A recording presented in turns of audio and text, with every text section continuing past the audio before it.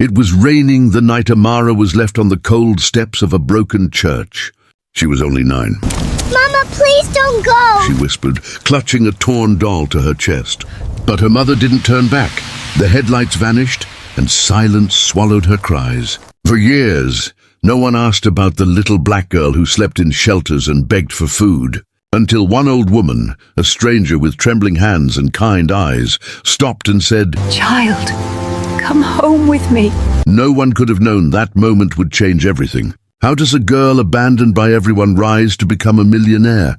And what secret did the world try to hide from her past? Before we begin Amara's journey, tell me in the comments, and where are you watching from, and what time is it right now? For 10 long years after that night, Amara Lewis lived in a small, creaking house on the edge of a forgotten town. The woman who took her in, Miss Edna, was old, poor, and nearly blind, but she had something Amara had never known before: kindness. Every morning, Amara helped Edna in her tiny garden, their hands caked in soil and laughter filling the air. "You got dreams, child," Edna would say, her voice trembling but proud. "Don't let this world tell you otherwise." Amara wanted to believe her, but the world outside that little house didn't see her the same way. At school, her classmates mocked her for her hand-me-down clothes and dark skin. Shopkeepers followed her around like she was a thief. One afternoon, Amara came home in tears. "Why do they hate me, Grandma? What did I do wrong?" Edna pulled her close. "You did nothing wrong, baby. Sometimes people fear what they don't understand." Those words stayed with her, heavy, confusing, but true. Still, Amara worked hard. She studied late into the night by candlelight, her books borrowed and pages torn. She dreamed of building something bigger, something that would make Miss Edna proud. But just when it seemed her life was finally finding peace, something happened, something that reminded her how cruel the world could be. And this time, it wasn't just about words. It was about survival. By the time Amara turned 17, she had become the top student at her high school, despite the whispers, the stares, and the insults that trailed behind her every step. Miss Edna's health was fading fast, and Amara worked part-time at the town's only diner to pay for medicine. Every shift felt like walking into a battlefield. The white customers smiled at her like she was invisible until she made a small mistake. Then came the muttered slurs, the condescending laughter. "Can you get someone else to take our order?" One woman once sneered, "I just don't trust her kind with my food." Amara froze, her hand trembling as she held the notepad. Her manager, Mr. Dale, stood nearby, but instead of defending her, he sighed and said, "Just let it go, Amara. You don't want to make trouble." That phrase, "don't make trouble," became the soundtrack of her life. When Miss Edna passed away that winter, Amara stood by the small wooden grave, clutching a single white rose. "You said I'd make it, Grandma," she whispered, her voice cracking. "But how when the world doesn't even see me?" After the funeral, she packed her few belongings into an old suitcase and left town. The city was bigger, louder, but not kinder. She worked 3 jobs, slept in a tiny room with peeling wallpaper, and sent out countless job applications. Each time her heart lifted at the sound of the phone ringing, only to hear, "We've decided to move forward with other candidates." One day, she showed up for an interview at a marketing firm. The receptionist glanced at her resume, then at her face. "Oh, there must be some mistake," she said coldly. "We're not hiring assistants right now." "I applied for the marketing trainee position," Amara replied softly. The woman's smile faltered. "Right, of course you did." That was the moment something inside her snapped. She began teaching herself everything. Online courses, free lectures, late nights hunched over a second-hand laptop. She built small projects, started freelancing, and refused to let the world define her worth. But even success came with shadows. When she finally landed a remote contract, her client, impressed by her work, invited her to a company event.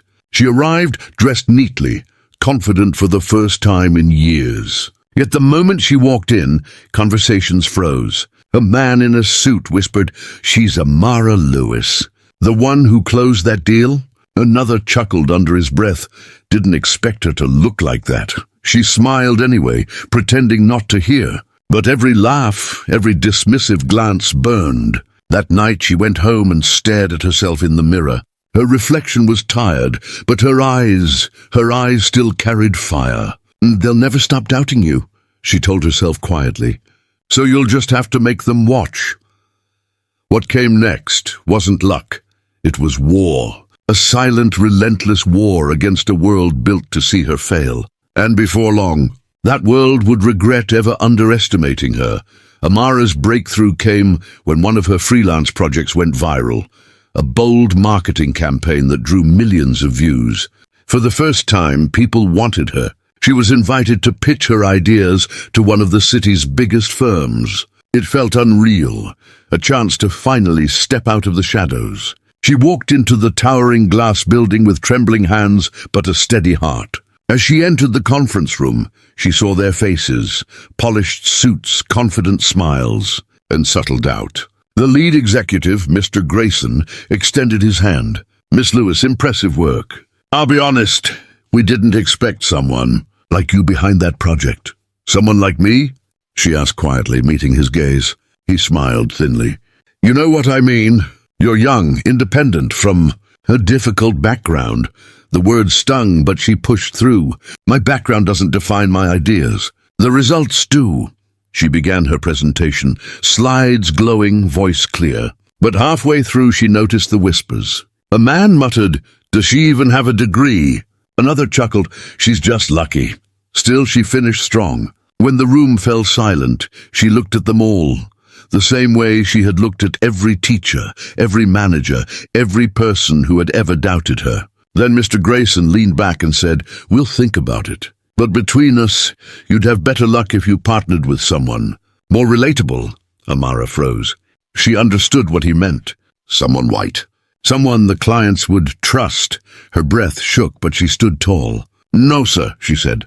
"You'll regret not trusting me." And with that, she packed her laptop, walked out of the glass tower, and disappeared into the pouring rain, humiliated, furious, but alive with fire. That night she made a promise to herself. If they wouldn't open the doors, she would build her own. And the world that once turned its back on her was about to hear her name everywhere.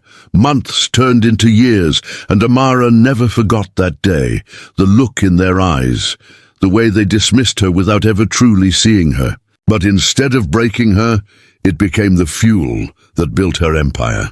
She started small, offering her marketing services to struggling small businesses, especially those run by women and minorities. Word spread. Clients came. Investors followed. Within 5 years, Amara Lewis Marketing became one of the fastest-growing firms in the state, not because she was lucky, but because she was relentless. One morning, as she stood in her new glass office overlooking the skyline, a familiar name appeared in her inbox. Mr. Grayson. His message was short. "Congratulations on your success. We'd love to collaborate," Amara smiled. "I'm afraid we're fully booked," she replied. "But thank you for the motivation." As she closed her laptop, she glanced at the framed photo on her desk, a faded picture of Miss Edna smiling in the garden. "You were right, Grandma," she whispered. "They can't stop what they refuse to understand." But Amara's story wasn't just about revenge. It was about rebuilding what a cruel world tried to destroy, her dignity, her voice, her worth. Because for every Amara, there are thousands still fighting, young men and women told they're not enough, judged before they speak, unseen before they even begin. Racism doesn't always scream. Sometimes it whispers in boardrooms, hides behind polite smiles, and calls itself just business. But stories like Amara's remind us, silence helps no one. So what will you do the next time you see someone being judged for their skin, their name, their past? Will you turn away, or will you speak up? Because sometimes, one voice, one act of courage, can change everything. If Amara's pain, her fight, her courage touched your soul, don't just watch in silence. Hit the like button. Drop a comment to honor her strength, and subscribe. Because every voice that rises against hate keeps her story alive.